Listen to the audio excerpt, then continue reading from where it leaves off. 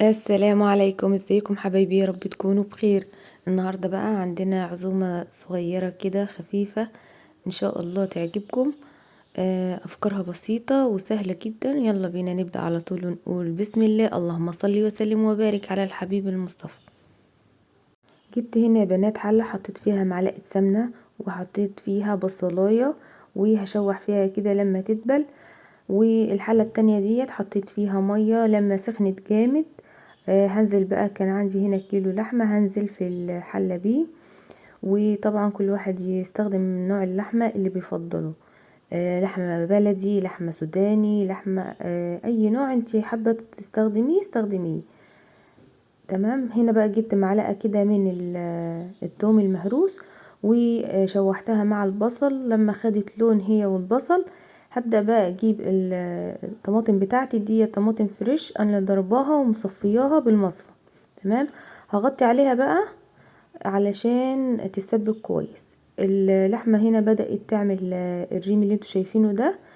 هحط لها بقى فصين توم وبصلتين وورق لورا واغطي عليها. اول ما تغلي هبدأ اشيل الريم من عليها. هنا بقى الطماطم كانت اتسبكت معايا، هبدأ اجيب البسلة بتاعتي. طبعا انا غسلتها كويس وصفيتها، وجزر كمان. وزي ما انت عايزه يعني الخضار ده ممكن تشكليه زي ما انت عايزه، ممكن تحطي كمان فاصوليا خضراء، ممكن تحطي اللي انت عايزاه. تمام. هسيبها بقى هنا لما تتسبك كويس. انا هنا حطيت معلقه بابريكا ومعلقه صغيره من البهارات السبعه ومعلقه كمون فلفل اسود. وهقلبها كده تقليبه. هسيبها تتسبك تسبيكه حلوه واطفي عليها. تمام. انا مش هسوي البسله يا بنات، هسيبها بس تتسبك واطفي عليها. لما اللحمه، بصوا بقى هنا اللحمه بدات تعمل ريم كده، هشيله كله عشان الشوربه بتاعتي تبقى حلوه كده وطعمها حلو. هشيل كل الريم اللي على الوش ده واوطي بقى على اللحمه واسيبها كده البسله بتاعتي بقى طفيت عليها، هي اتسبكت خلاص بس لسه ما استوتش. تمام. يعني جهزتها كده عقبال ما اللحمه تاخد نص سوا. هنا بقى جبت لسان عصفور وحمرته كده. يعني تحميرته ما فيهاش حاجه خالص، حاجه بسيطه يعني. وكمان زودته شوربه زي ما انتوا شايفين زي الرز بالظبط. وهسيبه بقى على نار هاديه جدا لما يستوي، وازوده شوربه ساعه تقديم الاكل.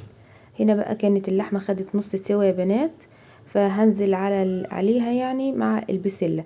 خليها بقى تكمل سواها مع البسله كده والطبيخ. ونحطهم في الطواجن ونحطهم في الفرن. جبت كده بطاطستين كمان وقطعتهم وحطيتهم مع الطبيخ بتاعي واللحمه. وعايزه اقول لكم بقى هتاخد غلوه واحده واحطها في الطواجن واحطها في الفرن. تمام. هنا بقى جبت كده معلقه سمنه برضو، وحطيت بصلايه كده حلوه وفصين توم اهو. بشوح كل الكلام ده مع بعضه. جبت بقى ربع كيلو بس من اللحمة المفرومة. بصوا بقى يا بنات، انا هنا طبعا هقلب اللحمة لحد لما تاخد لون معايا. افضل كده اقلب فيها لحد لما لونها يغير وتفك كده مع بعضها. عايز اقول لكم طبعا اللحمة مش بتاخد سوا خالص، بتستوي بسرعة. وعزومة النهاردة بقى عزومة كده خفيفة وسهلة، وكمان على قد الايد، يعني عزومة بسيطة على قد ايدينا. عايزه اقول لكم بقى يا بنات، اللي اول مره يدخل عندي في القناه ما ينساش يدعمني باشتراك ولايك لو عجبكم الفيديو.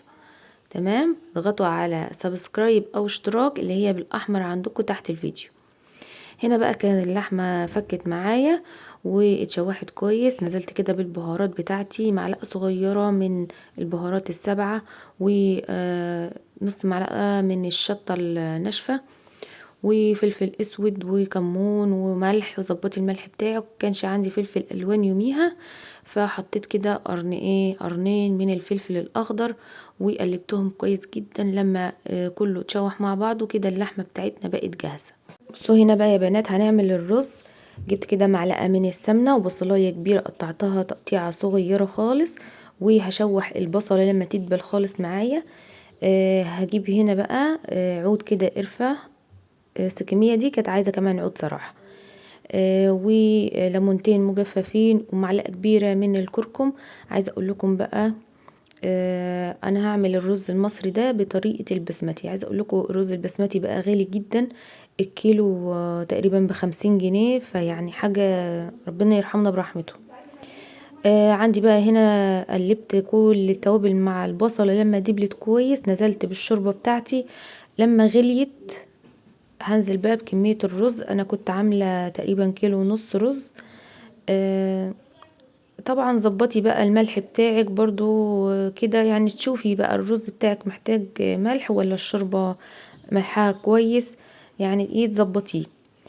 طبعا لما غلي انا وطيت عليه وتشرب بقى على الهادي خالص. بصوا شكل الرز بعد ما استوى تحفة، طعمه كان جميل جدا، بس هو كان عايز عود كمان من القرفة علشان الكمية بتاعت الرز يعني ايه ما شاء الله. هنا بقى هنعمل كده فطيرة صغيرة سريعة كده باللحمة اللي احنا عصجناها. جبت كده 3 كوبايات من الدقيق، اي نوع دقيق عندك تمام، و حطيت رشة ملح ومعلقة صغيرة من الخميرة الفورية، معلقة صغيرة بس تمام، و3 معالق زيت. يبقى 3 كوبايات دقيق عليهم 3 معالق زيت ورشة ملح، معلقة صغيرة من الخميرة. وده يا بنات الشرش اللي احنا كنا مطلعينه مع بعض من الجبنة القريش اللي احنا عملنا مع بعض فيديو عملنا فيه الجبنة والزبدة، وده الشرش زي ما قلت لكم اوعوا ترموه واستخدموه في اي معجنات. بصوا يا بنات هنا طبعا ده الشرش زي ما قلت لكم هعجن بيه تمام. عايزه اقول لكم بقى لازم تعجني العجينه بتاعتك وتنعميها خالص في ايدك لحد لما تبقى ناعمه جدا. ال3 كوبايات خدوا مني كوبايه بالظبط زي ما انتوا شفتوا كده اللي انا حطيتها دي من الشرش اللي احنا استخدمناه، ولا بقى لبن رايب ولا لبن حليب، زي ما انتوا شايفين اهو العجينه ناعمه جدا في ايديا.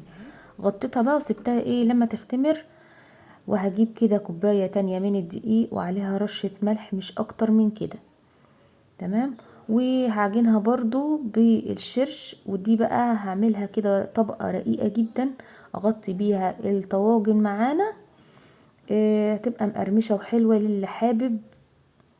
بصوا هعجنها زي ما انتوا شايفين هي قطعة صغيرة، كوباية دقيق واحدة بس، هتبقى رقيقة كده فوق الطواجن. واللي مش بيحب العيش المقرمش ما يعملهاش اصلا، يعني يحط الطواجن بس في الفرن وخلاص على كده. بصوا بقى انا هنا طبعا العجينة بتاعتي كانت اختمرت. هجيبها بقى واحط كده رشة من الدقيق تحتها واقسمها لجزئين متساويين، يعني انا هقسمها بصوا قطعتين متساويين بالظبط، وافردهم معاكم على قد الصينية اللي احنا هنستخدمها تمام. يعني انتي بالنظر كده اقسميهم قد بعض.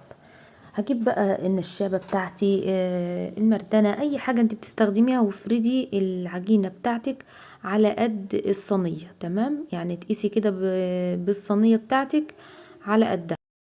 بصوا انا فردتها اهو، جبت الصينيه بتاعتي دهنتها دهنه بسيطه خالص من الزيت. وهفرد بقى العجينه بتاعتي اهوت.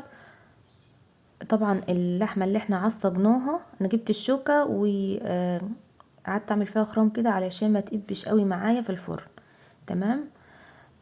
عايزه اقول لكم بقى اللحمه كانت بردت وهتحطيها وهي سخنه تمام، عشان العجينه بتاعتنا طبعا فيها خميره وكده ما تموت لناش الخميره. طبعا اللحمه بتاعتي كانت دافيه صراحه، يعني دافيه بس مش سخنه تمام. نزلت كده بكل كميه اللحمه زي ما انتوا شايفين، وهجيب بقى نص العجينه التانية افردها واغطي بيها الصينيه من فوق. بصوا بقى انا هنا جبت جبنه موتزاريلا، طبعا الجبنه دي طلعت نوعها استغفر الله العظيم مش حلو خالص.